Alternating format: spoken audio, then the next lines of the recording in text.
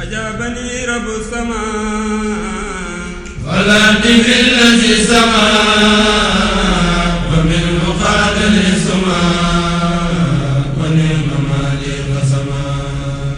Good evening. So I want to make some interview. One of our guests they come from USA. So I just want to tell me your name and which country you come from. Name is Dynast Amir. I'm from America, the state of Georgia, the city of Atlanta. So this is your first time you coming here to London tour, or? No, this is my fourth. This is my fourth time coming to the Grandmama. To motivate, like you can come to London tour.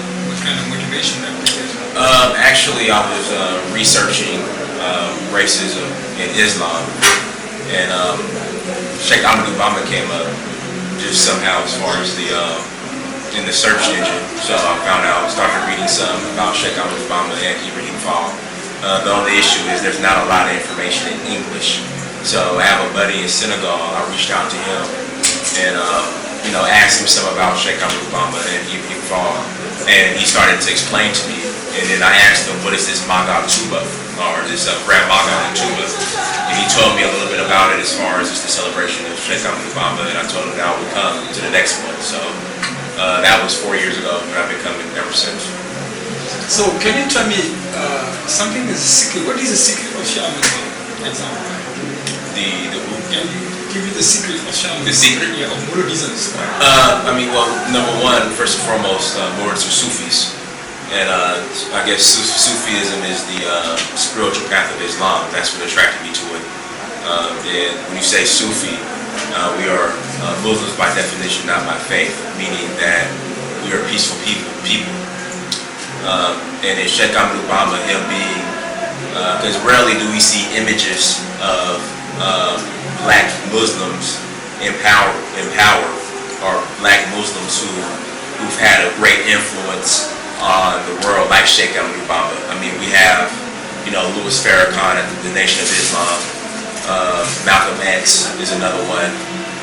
So we have those images of powerful black Muslims, but outside of America, we don't have that many images. So that's what drew me to Sheikh Ahmed Obama and Ibrahim Fall, was you have these powerful black men who are Muslims as well that have been able to attract people and have a heavy influence on the world itself. So that's why I was attracted to it, and that's the secret of Sheikh Ahmed Obama. Okay, you are Muslim, or like you want to? I will become a Muslim, but again, when you call yourself a Sufi, you're a Muslim by definition. So you don't have to take. You're born a Sufi. You're born a Muslim. You have the definition of Muslim or Islam existed before Muhammad read the Quran. You already had the term Islam. You already had the term Muslim. It's actually in the Bible. Jesus said, blessed be the peacekeepers, blessed be the Muslims.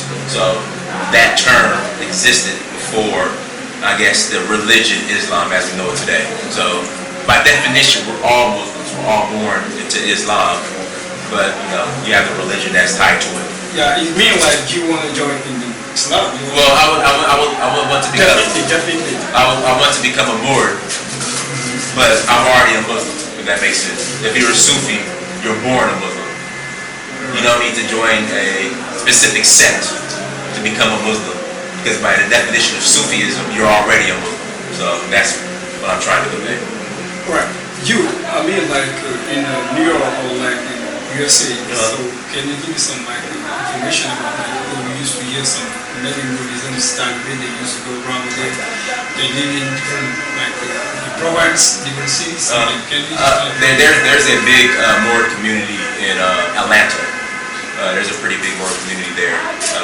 I've reached out to them. I know some of them, but primarily they're in Atlanta. A lot in Washington D.C., in New York. More on the East Coast. There's a very, very strong Moor community. Okay, so definitely you can say this comment from right now we talk about. So you are a Muslim, definitely. Yes, always been. I was born a Muslim. Yeah, this is amazing mission. Yeah. But how you can be such type people what kind of motivation you can advise him?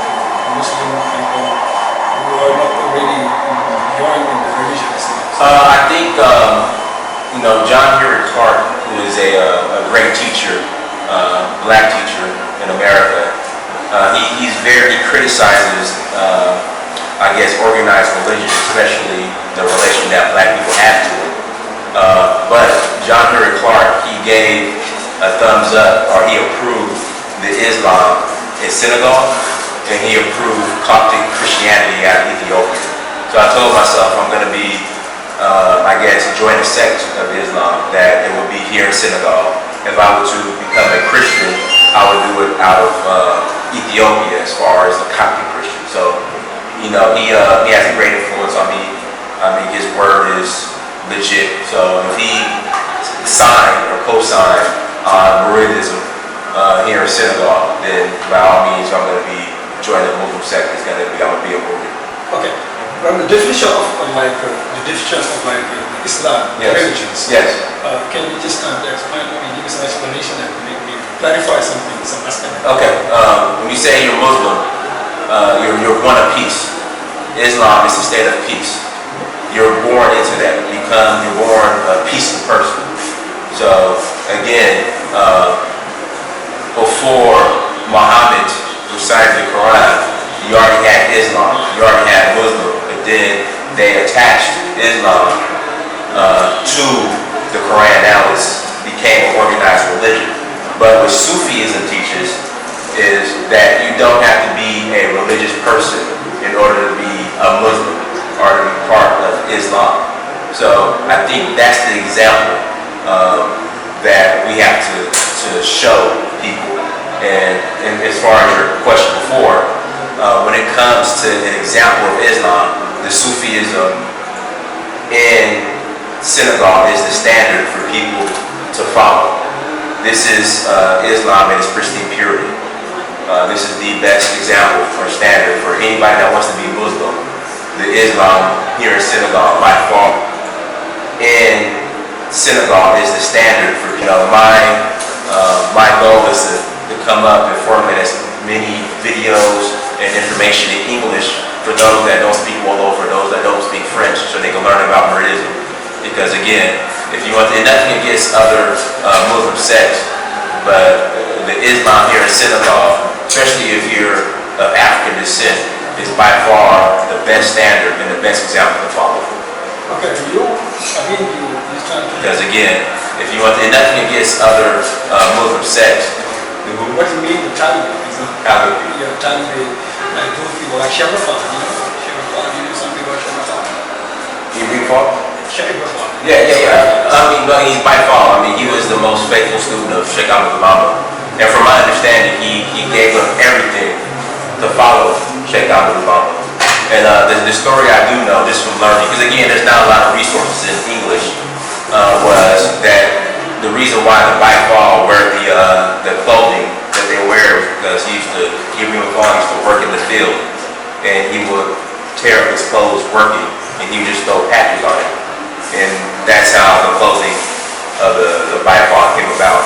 And then also too, what I learned is Sheikh Abdul-Baba told people to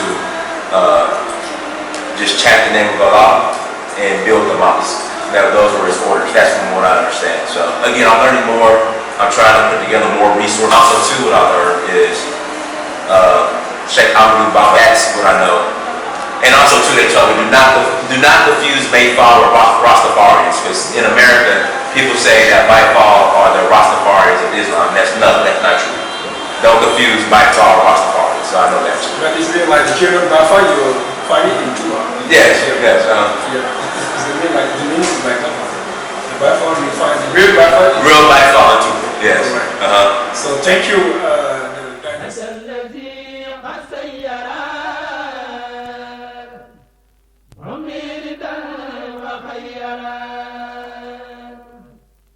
من قلبه تحير